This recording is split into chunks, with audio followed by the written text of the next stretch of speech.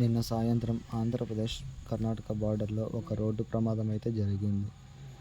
ఒక టాటా ఏసీ వాహనం అతి వేగంగా బయలుదేరి వెళ్తోంది. దారిలో బ్రేకులు ఫెయిల్ అయ్యి అదుపు తప్పి పక్కన ఉన్న ఒక గుంతలో పడి కాలిపోతుంది. మదనపల్లి నుంచి బెంగళూరు బయలుదేరుతుంది. మధ్యలో బ్రేకులు ఫెయిల్ అయ్యి అదుపు తప్పి పక్కనున్న గుంతలో పడి ఇలా మండిపోతుంది. సో రోడ్డు ప్రయాణం చేసేటప్పుడు జాగ్రత్తలు వహించండి. ఈ ప్రమాదంలో ఎటువంటి గాయాలైతే కాలేదు ఎవరికి, అందరూ సేఫ్గానే ఉన్నారు. కానీ ఆస్తి నష్టం అయితే జరిగింది. బండి మాత్రం కాలిపోయింది మొత్తం. ఇలాంటి మరిన్ని వీడియోలు కావాలంటే మన ఛానల్ లైక్ చేసి, కామెంట్ చేసి, సబ్స్క్రైబ్ చేసుకోండి. Thanks for watching.